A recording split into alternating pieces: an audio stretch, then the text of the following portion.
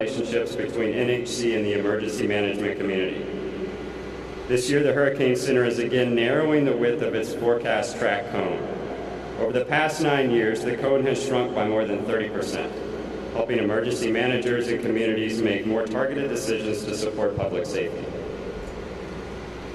During a hurricane, it is important to remember that the hazards of wind and water can occur well outside of the cone. NHC's arrival time of tropical storm force wind graphic will become operational this season. This graphic displays the earliest reasonable arrival time of tropical storm force winds, at which point further preparedness activities could be hindered. A second graphic displays the most likely arrival time of tropical storm force winds.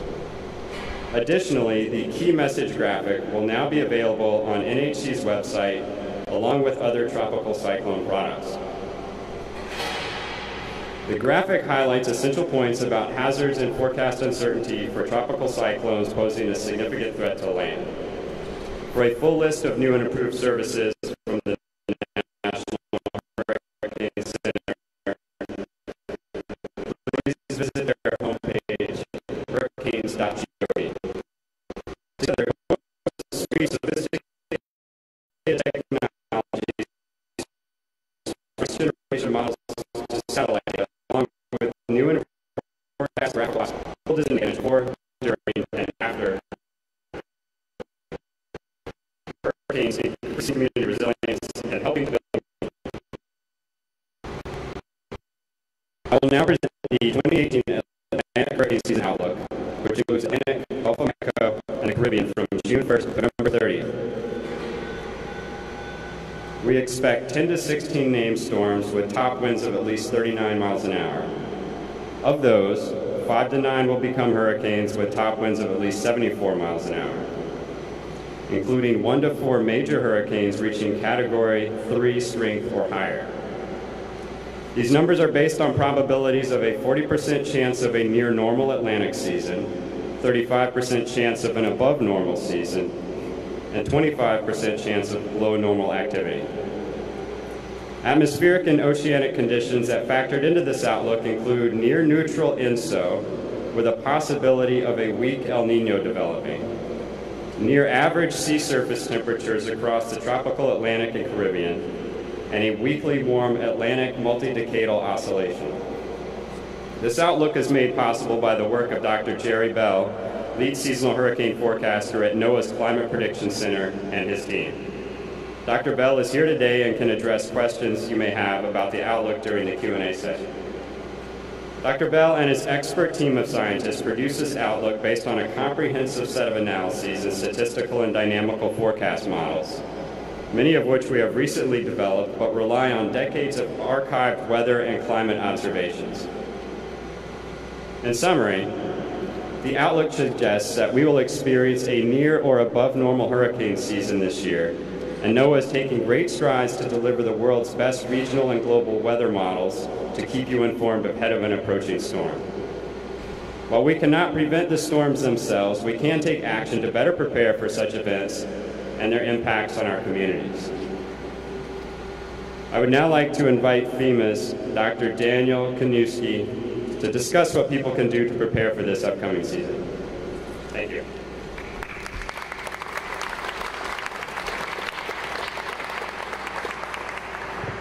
Good morning, everyone. I'm Dan Kaniewski. I'm the Deputy Administrator for Protection and National Preparedness at FEMA.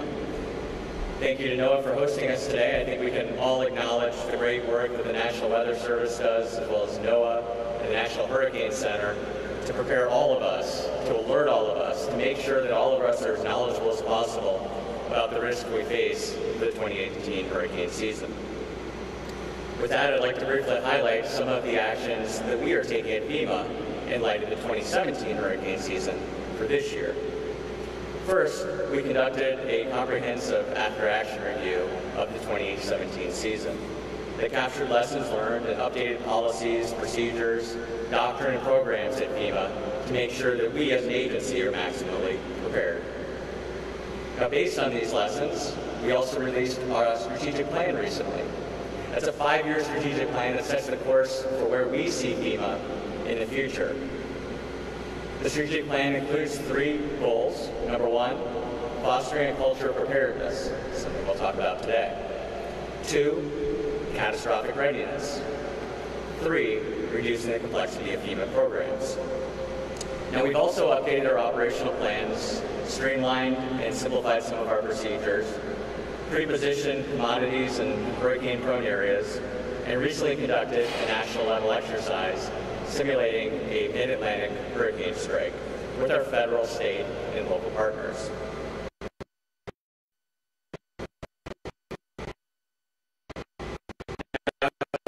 The federal government leans forward, urging the public to enact their bills to help speed response and recovery activities. There's some simple steps that all of us can take. Consider downloading the FEMA app. It's available in both English and Spanish from the Android or Apple Store.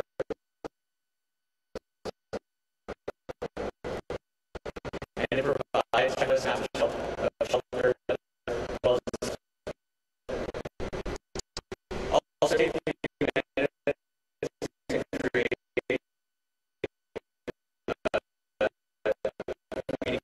communications plan for your family and be financially prepared. Disasters are very expensive. You have to cover out-of-pocket costs until FEMA assistance or other types of assistance can be made available. Go to ready.gov for tools and resources about how to strengthen your financial preparedness, for tips on collecting and securing personal financial, insurance, medical, and other records. And check on your insurance coverage. Talk to your insurance agents about your current coverage, whether you're an owner, a renter, or a business owner. Having insurance will ensure that you will kickstart recovery far more quickly and more completely than any other type of financial assistance you provide. I encourage everyone to go to ready.gov, check out what you can do, and if you don't have flood insurance, please go to floodsmart.gov. Thank you to NOAA, thanks to all of you. We look forward to answering your questions.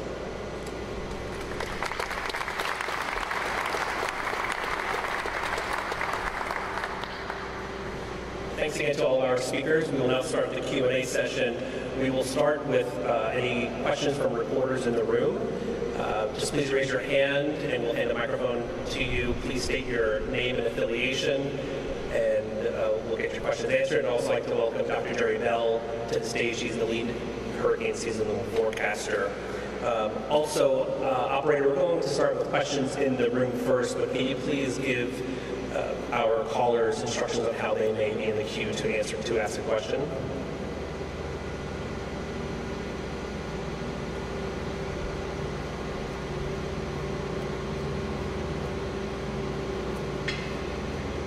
Okay. And with that, we will take questions in the room. Due to time limitations, we're going to try to get as many questions in as possible. We just ask that questions stick to the outlook and some of the discussions we covered today. I'll be happy to take any other non-outlook related questions with you following the president. So first question. Elizabeth with CNN News Source, thanks so much for having this conference. I wanted to ask, is there any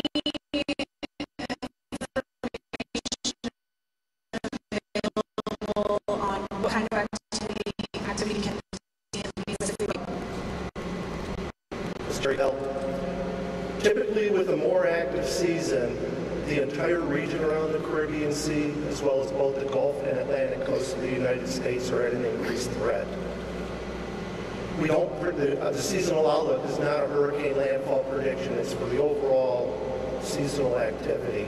But when you have a more active season, near or above normal, like we're predicting this year to be most likely, that's when you have more storms forming in the tropical Atlantic, and those storms tend to track farther westward. And that's why the Caribbean and the continental United States are more at risk. We know certain areas have been compromised from last year's storms, and that makes hurricane preparedness even more important this year, because you're living with homes that and other things that just aren't as hurricane prepared as you may have had last year. So hurricane preparedness is even more important this year.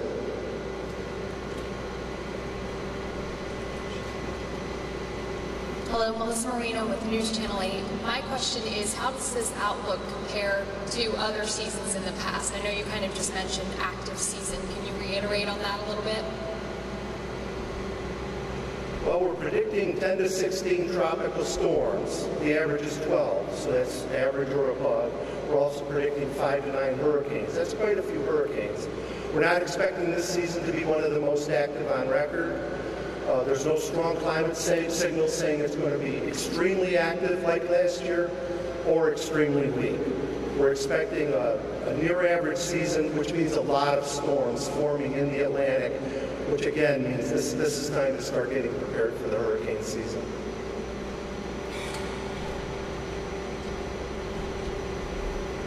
Hey there, Bo Zibber from WTSP here in the Tampa Bay area. 2 questions. How accurate have you been in previous years, or have you missed your mark on these types of predictions? And then number 2, can you just explain for folks who may not be meteorologists at home what some of the environmental conditions that are leading to this type of prediction?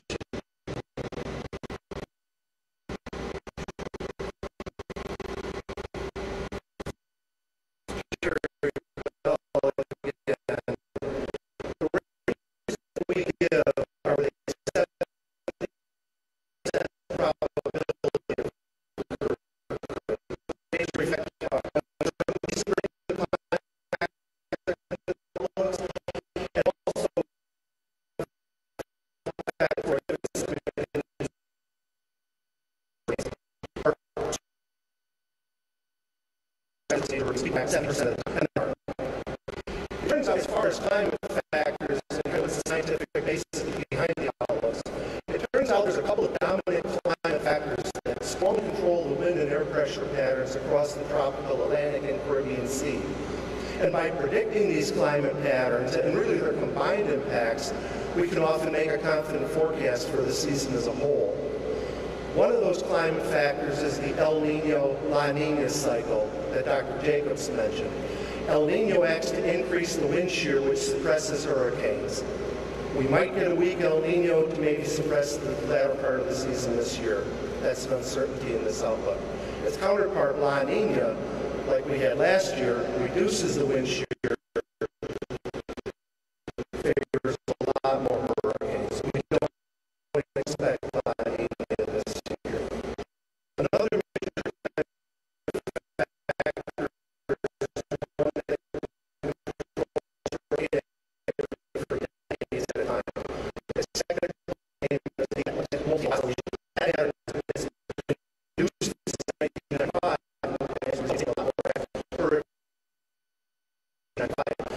Back in the 1950s and 60s.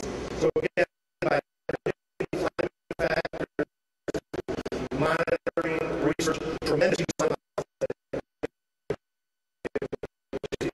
even in the last 10 years. We've gone a long way.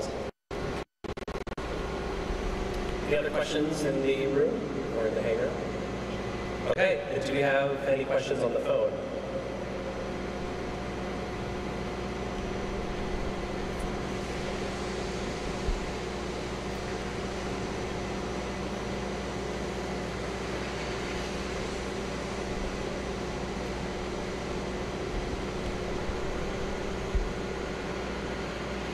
Average or below average, is or slightly above.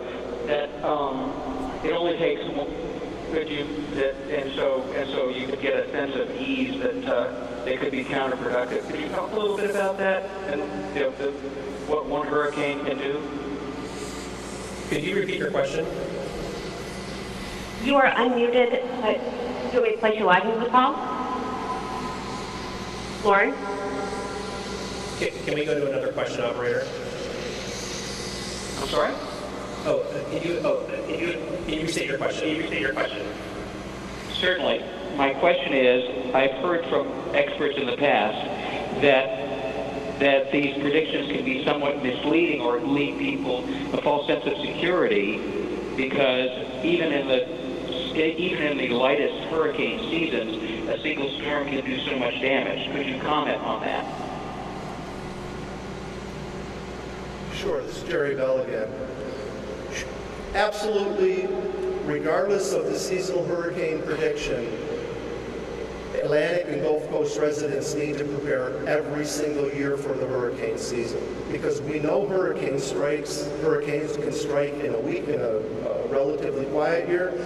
We know, like last year, that we can get a lot of hurricanes striking in a very active season. So now is the time to start preparing for this hurricane season, because at these timescales, we simply cannot predict how many storms might actually make landfall. And it turns out that the threat from hurricanes is not just for the near coastal communities. There's over 80 million people in the continental U.S. between Atlantic coast and Gulf Coast that could potentially be impacted by a hurricane. More inland people through strong winds and inland flooding, which is a major cause of death now. So there's tens and tens of millions of people that need to heed the warning that hurricane season is coming and that you need to start preparing now.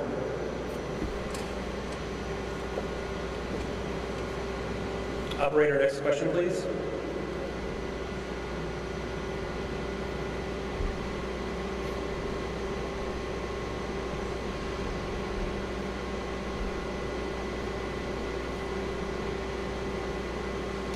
Ryan Sullivan from Bloomberg News, you may go ahead.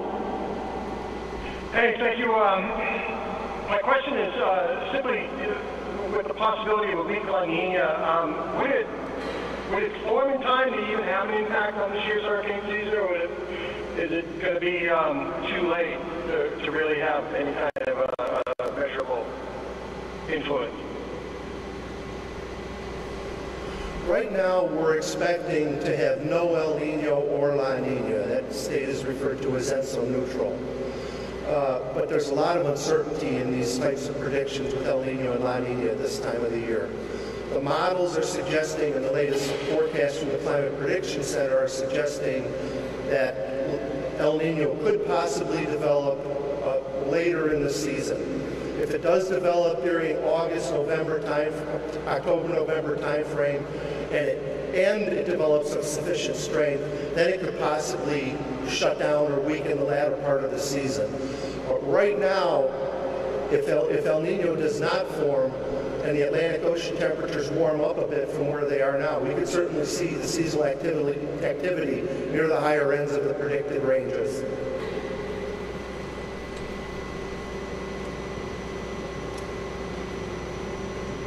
Any other questions on the phone? Okay, any other questions in the room? Okay, with that, I think we'll conclude this press conference. Thank you so much for joining. For those on the phone, if you have any follow-up questions, please call 202-740.